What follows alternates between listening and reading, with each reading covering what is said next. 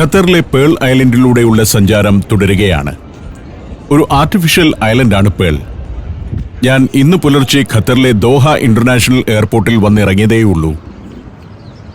Doha നഗരത്തോട് ചേർന്ന് കിടക്കുന്ന പുതിയ കാലത്തെ ഒരു നിർമ്മിതിയാണ് പേൾ ഐലൻഡ്. അതിമനോഹരമായ പ്രൊമനേഡുകളും ഗംഭീരമായ സംവിധാനങ്ങളുമെല്ലാമുള്ള ഒരു കൃത്രിമ ദ്വീപ്. പേൾ ഐലൻഡിലെ മറീനയുടെ വക്കിലേക്കാണ് ഞാനിപ്പോൾ എത്തിയിരിക്കുന്നത്. നിരവധി ആഡംബര ബോട്ടുകളും യോട്ടുകളും. ഇതിൽ മിക്കതും ചാർട്ടേഡ് സർവീസായി വാടകയ്ക്കെടുത്ത് ഉപയോഗിക്കാവുന്നവയാണ്. സമ്പന്നർ സ്വന്തം ആവശ്യത്തിന് മാത്രമായി വാങ്ങിയിട്ട യോട്ടുകളുമുണ്ട്. എന്നാൽ ഇവിടെയുള്ളതിൽ ബഹുഭൂരിപക്ഷവും വാടകയ്ക്കെടുക്കാം. ഒരു ദിവസത്തേക്കോ 2 ദിവസത്തേക്കോ ചാർട്ടർ ചെയ്ത് ഉപയോഗിക്കുകയും ചെയ്യാം. ഒരു കുടുംബത്തിന് തന്നെ 1-2 ദിവസം താമസിക്കാനുള്ള സൗകര്യങ്ങളെല്ലാം ഈ ഓരോ നൗകയിലുമുണ്ട്. വേണമെങ്കിൽ നമുക്ക് തന്നെ ഇത് ഡ്രൈവ് ചെയ്യാം. അതല്ലെങ്കിൽ അതിനുള്ള ക്രൂവിനെ കിട്ടും. ചില ബോട്ടുകൾ മുഴുവൻ ജീവനക്കാരെ സഹിതമാണ് നൽകുക. ബോട്ട് ഡ്രൈവറും കുക്കും പരിചാരകരുമെല്ലാം ഉണ്ടാകും അതിൽ. ഇങ്ങനെ പല ഓപ്ഷനുകളിൽ ചാർട്ടേഡ് യോട്ടുകൾ ഇവിടെ നിന്ന് വാടകയ്ക്ക് കിട്ടും. മനോഹരമായ ഒരു പ്രൊമനേഡാണ് ദ്വീപിന് ചുറ്റോടു ചുറ്റും. കടലിൽ മണ്ണിട്ടുയർത്തിയെടുത്ത ഒരു കൃത്രിമ ദ്വീപാണ് പേൾ. അതിൽ പല ഭാഗത്തായി വലിയ അപ്പാർട്ട്മെന്റ് സമുച്ചയങ്ങൾ, 100 കണക്കിന് യോട്ടുകളും ബോട്ടുകളും. ലോകം ഇന്ന് ഈ മട്ടിലൊക്കെ മാറിക്കഴിഞ്ഞു. ദ്വീപിലെ താമസക്കാരാണ് ഈ കാണുന്നവരിൽ പലരും. ടൂറിസ്റ്റുകളായി വന്ന് ഇവിടെ 1-2 ദിവസം താമസമാക്കുന്നവരും അപ്പാർട്ട്മെന്റുകൾ വാങ്ങി സ്ഥിരമായി താമസമാക്കിയവരുമെല്ലാമുണ്ട്. മറീനയിലെ ഗേറ്റ് 18 എത്തുമ്പോൾ എന്നെ അകത്തേക്ക് കൊണ്ടുപോകുന്നത് ഒരു മലയാളി തന്നെയാണ്.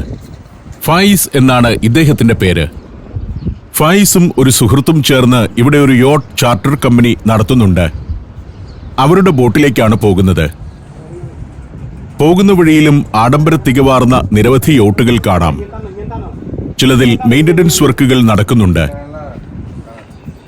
മലയാളികളും ബംഗാളികളും ബംഗ്ലാദേശുകാരുമൊക്കെയാണ് ബോട്ട് ഡ്രൈവർമാരും മെയിൻ്റനൻസ് വർക്ക് നടത്തുന്നവരുമായി ഇവിടെ കൂടുതലുള്ളത്. അല്പം പരുക്കൻ സ്വഭാവമുള്ള ബോട്ടുകളും കാണാം. ഇവിടെ റെഡ് കാർപ്പറ്റൊക്കെ വിരിച്ചിട്ട ഒരു ബോട്ടുണ്ട്. ഇതാണ് ഗാലിവെന്റ് യോട്ട് ചാർട്ടേഴ്സ് എന്ന സ്ഥാപനത്തിന്റെ ബോട്ട്. ഫായിസിന്റെയും സുഹൃത്തിന്റെയും സ്ഥാപനമാണത്. ഇതാണ് ഫായിസ്. കൂടെ ഇവിടെയുള്ളത് മുജീബ്. ഇവരുടെ സ്ഥാപനമാണ് ഗാലിവെന്റ് യോട്ട് ചാർട്ടേഴ്സ്. അസ്റ്റൻഡോവ, ഓറിക്സ് എന്നിങ്ങനെ 2 ബോട്ടുകളാണ് ഇവർക്കുള്ളത്. നിരവധിയായ ആക്ടിവിറ്റികൾക്ക് വേണ്ടി അവ വാടകയ്ക്ക് നൽകും.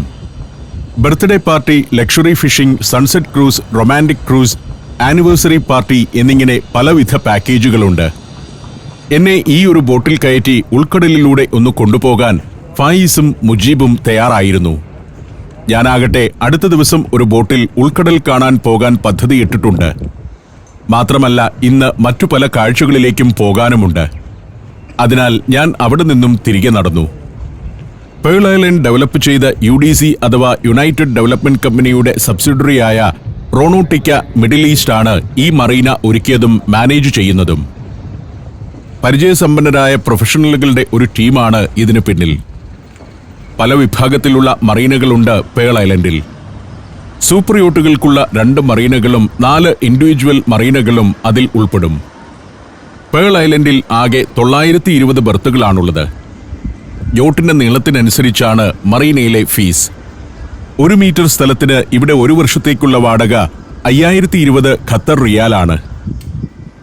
ഇത്തരത്തിൽ ലോക നിലവാരമുള്ള യോട്ടുകളും ബോട്ടുകളും അവയുടെ മറീനകളുമൊക്കെ നമ്മുടെ നാട്ടിലും വരണം. കേരളത്തിൽ ഇപ്പോഴും ഈ നിലവാരത്തിലുള്ള ഫെസിലിറ്റികളില്ല. വേമ്പനാട്ട് കായലിലും അഷ്ടമുടിക്കായലിലും നമ്മുടെ തീരദേശങ്ങളിലെ ബീച്ചുകളിലുമൊക്കെ ഇത്തരത്തിലുള്ള മറീനകളും ബോട്ടുകളുമൊക്കെ ഉണ്ടായാൽ അത് വാടകയ്ക്കെടുക്കാൻ ആളുകളുണ്ടാകും. കുട്ടനാട്ടിൽ ഇപ്പോഴുള്ള ഹൗസ് ബോട്ടുകളുടെ അതേ വാടകയിൽ തന്നെ ഇവയും നൽകാവുന്നതേയുള്ളൂ. തടികൊണ്ട് നിർമ്മിച്ച് പനമ്പ് കെട്ടിയ ഹൗസ് ബോട്ടുകൾ തന്നെ വേണമെന്നൊന്നുമില്ല. ആധുനിക യോട്ടുകളും അവതരിപ്പിക്കാം. സാധാരണ ഹൗസ് ബോട്ടുകളേക്കാൾ വാടക ഈടാക്കാവുന്നതും കൂടുതൽ ടാക്സ് കിട്ടുന്നതുമായ സംവിധാനമാണത്. മറ്റൊരു കാര്യം, ഈ പ്രൊമനേഡ് പോലെ ആയിരിക്കണം നമ്മുടെ മറൈൻ ഡ്രൈവ് ഉൾപ്പെടെയുള്ള ഭാഗങ്ങൾ ഒരുക്കിയിടേണ്ടത് എന്നതാണ്. പല ലെവലുകളിലായി മനോഹരമായ ടൈൽ വിരിച്ച് പൂച്ചെടികളും ചെറുമരങ്ങളും നട്ടുവളർത്തി ഇങ്ങനെ ഒരുക്കണം. അവിടെ റെസ്റ്റോറന്റുകളും കഫേകളും എല്ലാം ഉണ്ടാകണം. അങ്ങനെ ഉല്ലാസത്തിന്റെ ഒരു തീരമായി കൊച്ചിയിലെ മെറൈൻ ഡ്രൈവും ആലപ്പുഴയിലെ ഹൗസ് ബോട്ട് ടെർമിനലിനോടനുബന്ധിച്ചുള്ള ഭാഗങ്ങളുമൊക്കെ മാറേണ്ടിയിരിക്കുന്നു. ഇതൊക്കെ കണ്ട ആളുകൾ തന്നെയാണ് കേരളത്തിൽ വന്ന് ഹൗസ് ബോട്ടുകൾ വാടകയ്ക്കെടുക്കുന്നതെന്ന് ഓർക്കണം. ഈ വൃത്തി കണ്ടുവരുന്നവർ നമ്മുടെ നാട്ടിലെത്തുമ്പോൾ വൃത്തിയില്ലായ്മയാണ് കാണുന്നതെങ്കിൽ നമ്മെക്കുറിച്ച് അവർക്ക് ആദരവല്ല ഉണ്ടാകുക, പരിഹാസമോ സഹതാപമോ ആയിരിക്കും. തീർച്ചയായും നല്ല ക്വാളിറ്റി നമ്മുടെ നാട്ടിലും കൊണ്ടുവരേണ്ടതുണ്ട്. ഇവിടെ പൂരി ആൻഡ് കരക് എന്നൊരു റെസ്റ്റോറന്റ് ഉണ്ട്. അവിടെ പോയി ഒരു കാപ്പി കുടിക്കാമെന്ന് തീരുമാനിച്ചു. എന്റെ കൂടെയുള്ള സുഹൃത്ത് അമീർ രാവിലെ ഭക്ഷണം കഴിച്ചിട്ടില്ല. അത് ഇവിടെ നിന്നാകാമെന്ന് തീരുമാനിച്ചു. പൂരി ആൻഡ് കരാക്ക്. കരാക്ക് എന്നാൽ പ്രത്യേകതരം ചായയാണ്. നമ്മുടെ നാടൻ പാൽച്ചായ പോലെ തന്നെയാണത്. ഞങ്ങൾ അവിടെ കാത്തിരിക്കുമ്പോഴേക്കും ഷഫീസും എത്തി. ഷഫീസാണ് രാവിലെ എയർപോർട്ടിൽ നിന്നും എന്നെ ഹോട്ടലിൽ കൊണ്ടുചെന്നാക്കിയത്. അമീറിനോട് എന്റെ യാത്രാപരിപാടികളൊക്കെ ഷഫീസ് ചോദിച്ചു മനസ്സിലാക്കി. ഞങ്ങൾ ഓരോ നാടൻ ചായയും അമീറിനു വേണ്ടി പൊറോട്ട റോളുമാണ് ഓർഡർ ചെയ്തിരിക്കുന്നത്.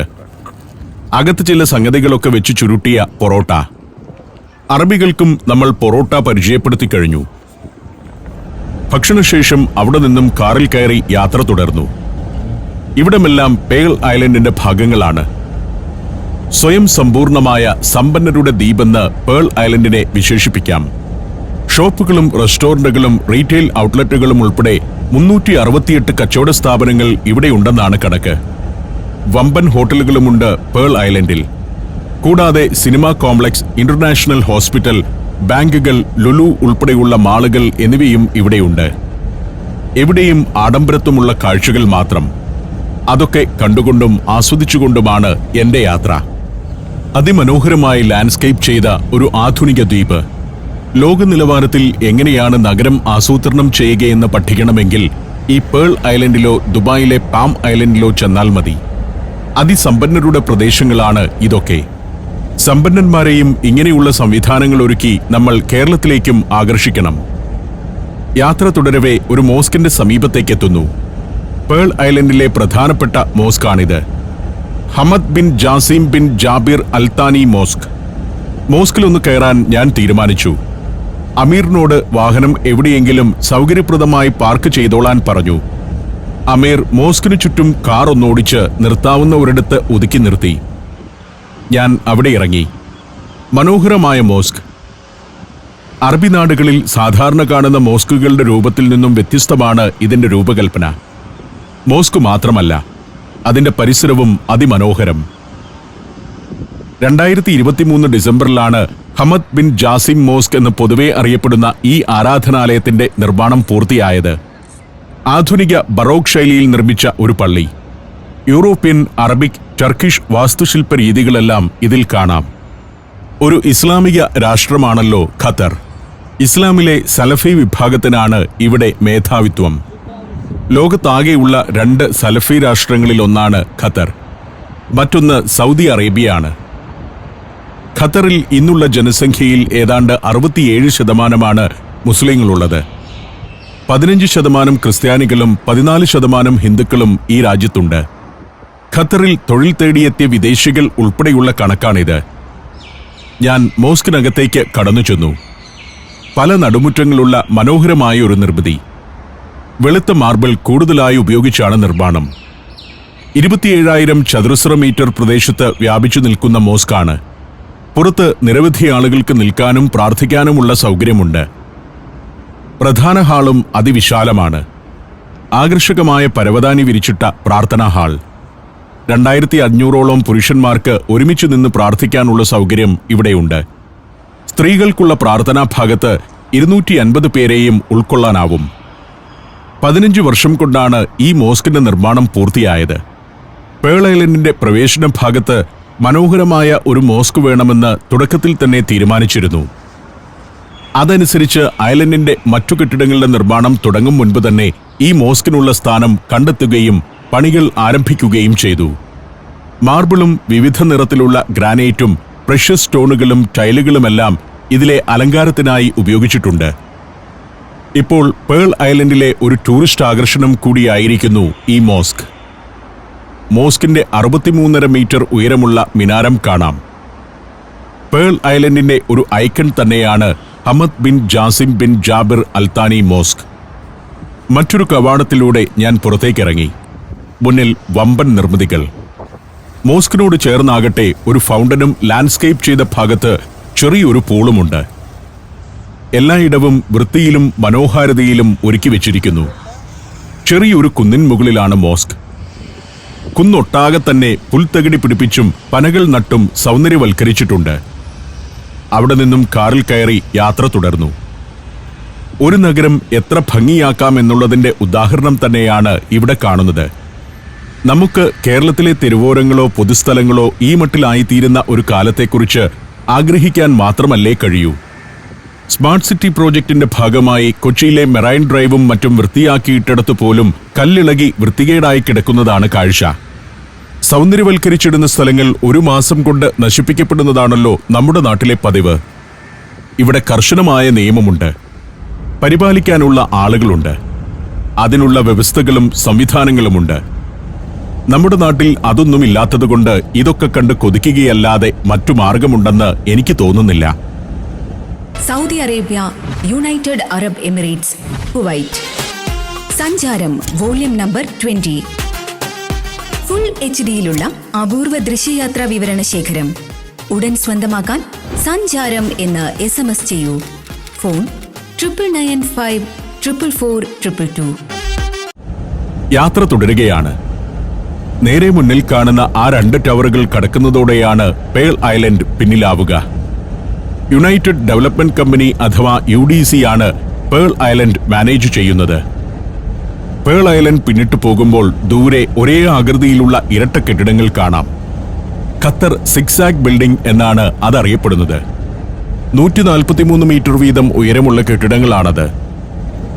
ഇക്കാണുന്നത് ഇവിടുത്തെ പ്രശസ്തമായ ഒരു മാളാണ്, ലഗൂണ മാൾ. പേൾ ഐലൻഡിലും മറ്റുമുള്ള ആളുകൾക്ക് ഷോപ്പിങ്ങിന് വരാൻ കഴിയുന്ന പ്രധാനപ്പെട്ട ഒരു മാളാണ് ലഗൂണ. ലഗൂണയെപ്പോലെ നിരവധി മാളുകളുണ്ട് ഖത്തറിൽ. പലതും ഫുട്ബോൾ ലോകകപ്പിന് മുന്നോടിയായി പ്രവർത്തനം ആരംഭിച്ചവയാണ്. ഒരു ലക്ഷറി ഷോപ്പിംഗ് മാളാണ് ലഗൂണ. ലഗൂണ മാൾ പിന്നിടുമ്പോൾ ഇവിടെ പ്രത്യേക രീതിയിലുള്ള ഒരു കെട്ടിടം കാണാം.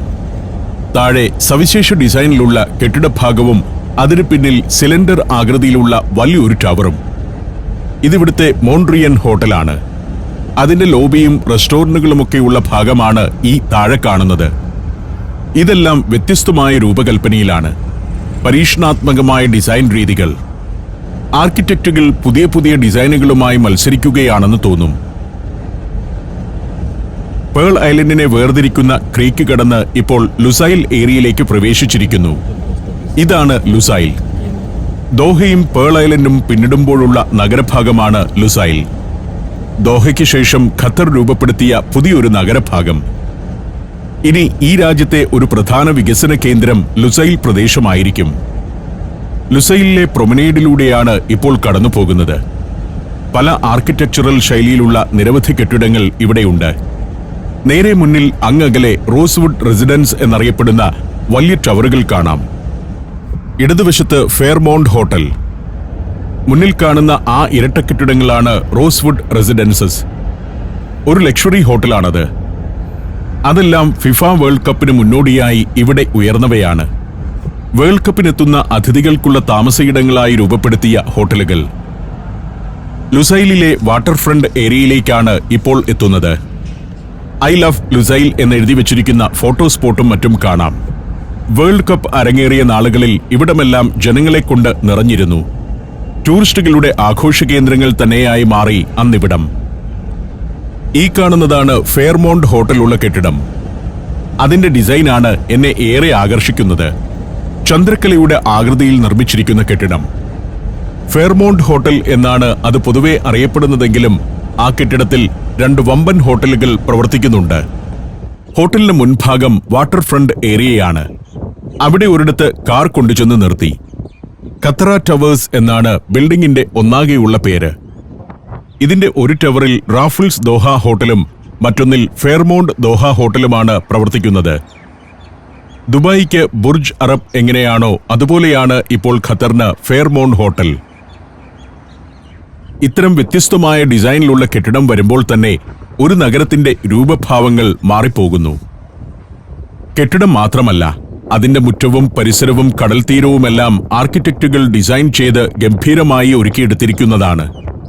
ജനങ്ങൾ കുറവാണ് എന്നത് മാത്രമാണ് ഈ നാട് നേരിടുന്ന പ്രശ്നമെന്ന് എനിക്ക് തോന്നി. നമ്മുടെ നാടിന്റെ പ്രശ്നം ജനങ്ങൾ കൂടുതലാണ് എന്നതും. അതീവ വൃത്തിയുള്ള വാട്ടർ ഫ്രണ്ട്, ടൈൽ വിരിച്ച് സുന്ദരമാക്കിയിരിക്കുന്ന കടൽ തീരം, ആരെയും അത്ഭുതപ്പെടുത്തുന്ന വിധം രൂപഭംഗിയുള്ള കെട്ടിടം, അതിന്റെ മുറ്റത്തെ ഉദ്യാനം, ശുദ്ധമായ നീലക്കടൽ, അതിലേക്ക് ഇറങ്ങി നിൽക്കുന്ന ബോർഡ് വാക്ക്.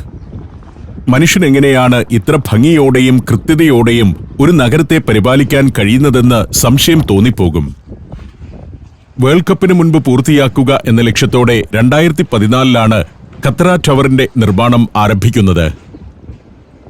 ഖത്തറിലെ പ്രമുഖ പൊളിറ്റീഷ്യനും ധനകാര്യമന്ത്രിയുമായ ഷെയ്ഖ് അലി ബിൻ അഹമ്മദ് അൽ കുവാരിയുടേതാണ് ഈ പ്രോപ്പർട്ടി. തടികൊണ്ടാണ് ഇവിടെ കടൽ തീരത്ത് ഫ്ലോർ ചെയ്തിരിക്കുന്നത്. നമ്മുടെ മറൈൻ ഡ്രൈവ് ഒക്കെ ഈ വിധം തടിവിരിച്ച് സുന്ദരമാക്കിയാൽ എങ്ങനെ ഉണ്ടാകും? ഇത് കേൾക്കുന്നവർ ചിരിക്കേണ്ടതില്ല. ഇവിടെ നിൽക്കുമ്പോൾ ഞാൻ അങ്ങനെയൊന്ന് ചിന്തിച്ചു പോയെന്നേ ഉള്ളൂ. നമ്മുടെ നാട്ടിലാണ് ഇങ്ങനെ തടി വിരിക്കുന്നതെങ്കിൽ രാത്രിയിൽ നാട്ടുകാർ അത് വിറകിനായി എടുത്തുകൊണ്ടു പോകും. അതല്ലെങ്കിൽ അത് പൊളിച്ചുകൊണ്ടുപോയി വീട് പണിക്ക് ഉപയോഗിക്കും. ഇവിടെയൊക്കെ പൊതുസ്ഥലത്ത് തടി വിരിച്ചിട്ടാൽ അവിടെ കിടന്നുകൊള്ളും. ഖത്തറ ടവറും അതിന്റെ പരിസരവുമൊക്കെ രൂപപ്പെടുത്തിയിരിക്കുന്ന രീതി തന്നെ നമ്മുടെ ആർക്കിടെക്ചറൽ വിദ്യാർത്ഥികൾ ചെന്ന് കാണേണ്ടതാണ്. കേരളത്തിലെ നഗരാസൂത്രകർക്കും പുതിയ ടെക്നിക്കുകൾ ഇവിടെ നിന്ന് ലഭിക്കും. അവിടെ നിന്നും കാറിൽ കയറി ഇനി ഫെയർമോണ്ട് ഹോട്ടലിനകത്തേക്ക് പോകാമെന്ന് തീരുമാനിച്ചു.